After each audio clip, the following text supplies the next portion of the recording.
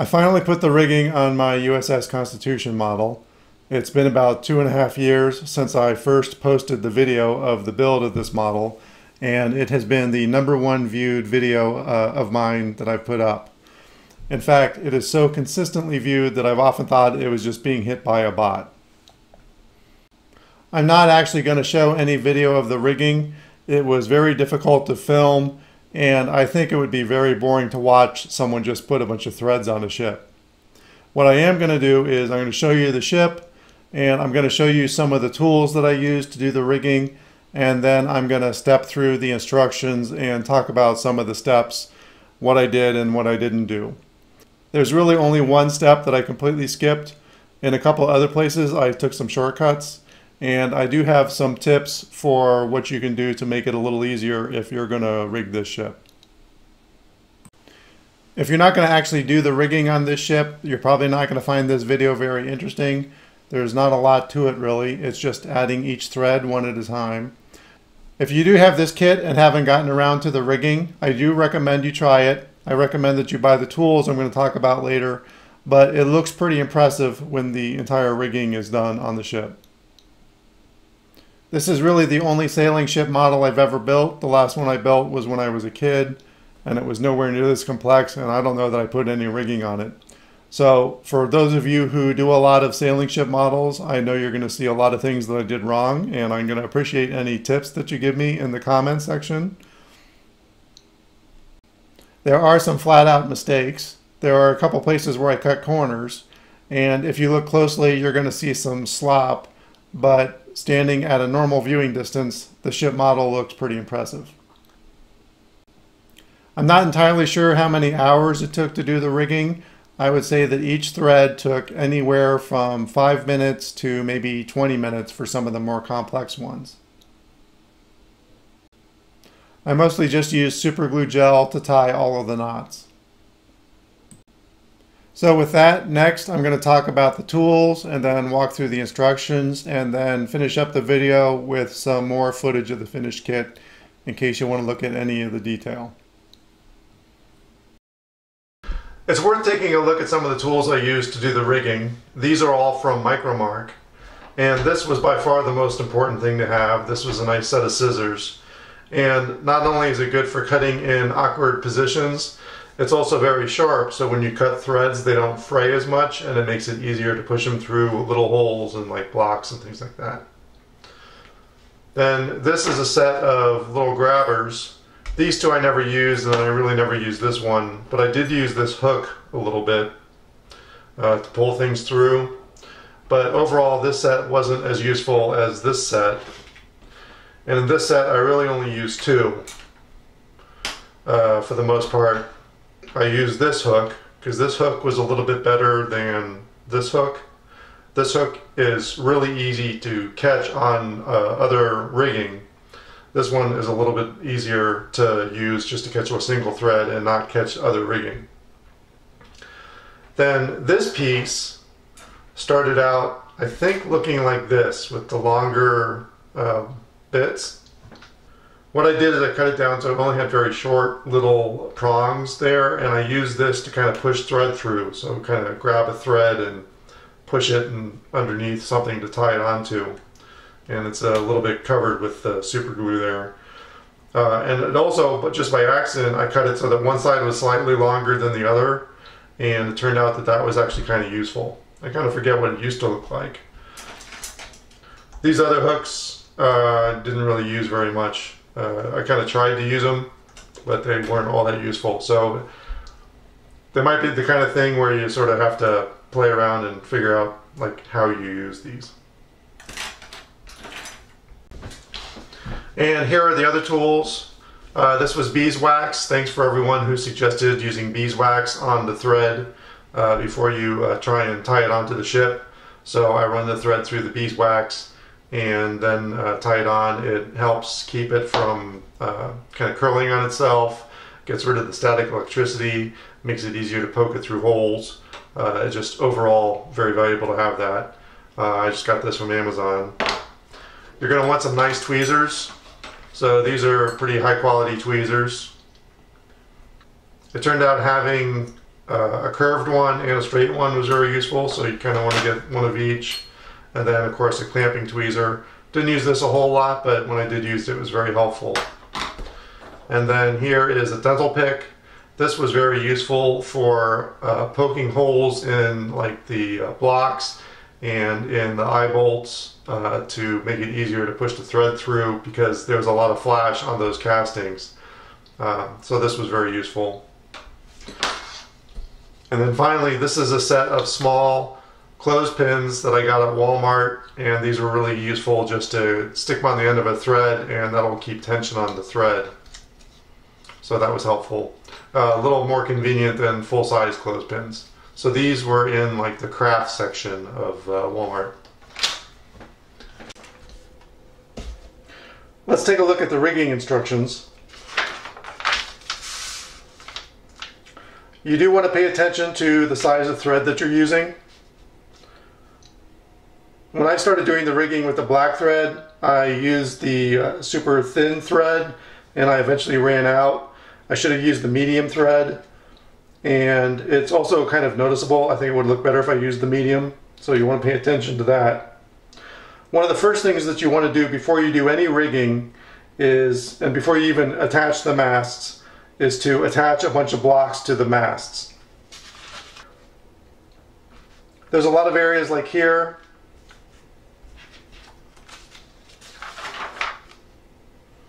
this section where there are blocks on the masts, and it would be much easier to attach them before you put the masts onto the ship. If I were to do this again, I would do it that way.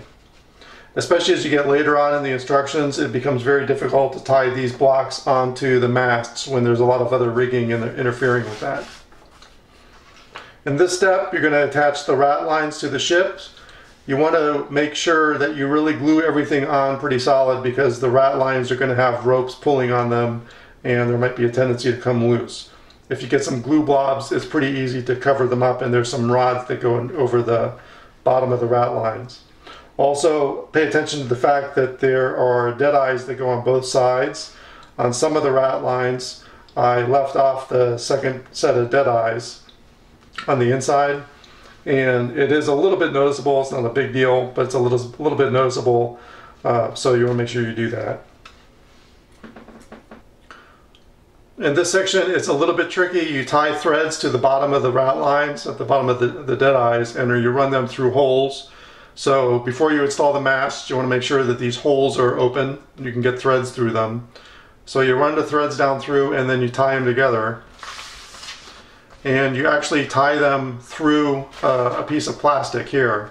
So they go through this piece of plastic, then they all get tied together.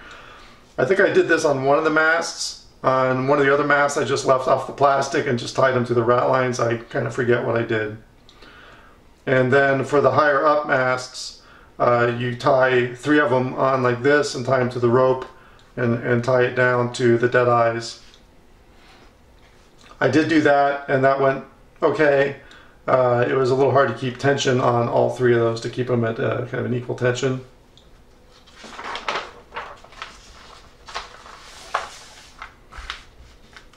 Here we're working on the bowsprit, tying a bunch of blocks on, and then these things, some pulley things, I'm not sure what they're called.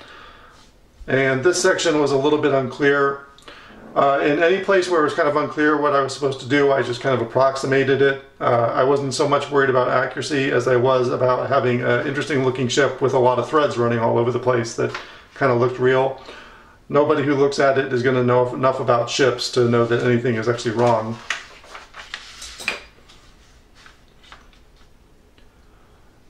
This step, I actually skipped the connecting line between these 2 lines. I think everything else I did these. These lines, I had some trouble keeping tension on them, keeping them tight throughout the build. They kind of slackened off a little bit throughout the build. And this is an area where I would spend some time learning some better knots, because maybe slip knots would help and make it easier to keep these ropes tight throughout the build.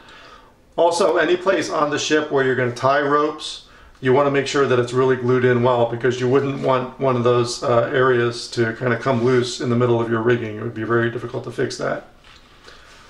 Another thing is, before you start tying ropes on anywhere, before you even start doing rigging, use the dental pick to make sure that the eye bolts are all opened up so you can get thread through them, and make sure that the eye bolts are glued down tightly in place.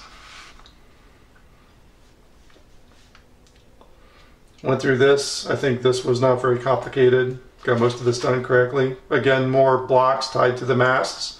Better off to do that before you install the masts on the ship, I believe. I don't think there's anything noteworthy here. And then we get to this section. So here, these are a little bit tricky because the upper part of the mast wants to bend a little bit, but it's not too bad. And they do kind of interfere with all your further rigging. So kind of once you've gotten to this point, you're going to have more difficult rigging because of these lines being in the way. And then here's the chart of all your tie down locations. So again, make sure that all of these locations are glued down solid before you even install the masts onto the ship. Now things are starting to get a little more difficult because you have ropes in the way. This is a step that you might want to do prior to actually installing the mast on the ship. You might want to go through and just even think about, for the different steps, which ones you can do kind of ahead of time, because I am pretty sure that the instructions are not in the optimal order for building this thing, or for doing the rigging at least. Adding more here, make sure you pay attention to which block you're going to use. Make sure that the blocks have been opened up enough so you can get a thread through them, like cleaning up the flash, before you attach them. This, I think, is the only step I completely skipped, and it was difficult because there are so many blocks tied right onto the yards. I think that this is something where you really have to put these blocks on the yards prior to actually putting the masts onto the ship. Some of these I did do. Like, I think these blocks here are actually required for the ropes to come out of the side of the hull that you do in the first part of the build. The other thing is that these ropes and these ropes look very similar, so I figured that just adding these ropes was going to be enough, since in both cases they go out to the end of the yard and up to the mast, and out at the end of the yard and up to the mast. And then another thing is that these go through holes in the yard, and I think my holes were molded over and I didn't realize I needed to open them up, or even that they were there. Here's the section where we put to use the ropes that come out of the side of the hull that we did in the hull assembly. And if you watch the first video that I did, some of these I put through the wrong hole, and that was a problem. I had to fix that. I couldn't use them the way that they were.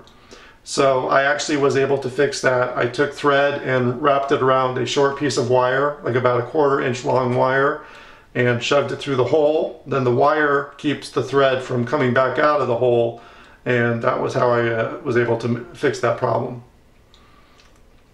So they come out of the ship and run up through that sort of maze of blocks up on the yard and then back down to the ship. And again, another tie-down diagram. Getting a little more complicated here. I might have skipped some of these. I don't quite remember, but I know I did put in these lines here.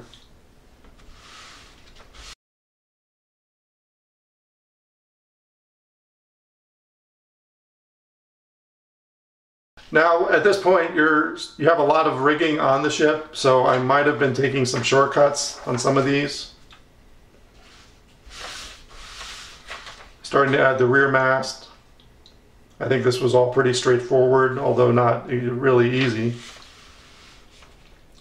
Pay attention to where you use the fat thread versus the medium-sized thread of the tan thread, and it will really improve the appearance of the ship when you add the fat thread in the correct places. And then finally we get to the lifeboats, and that is it for rigging the ship without the sails. So this is where the sails start. I didn't do sails, so I didn't have to worry about that.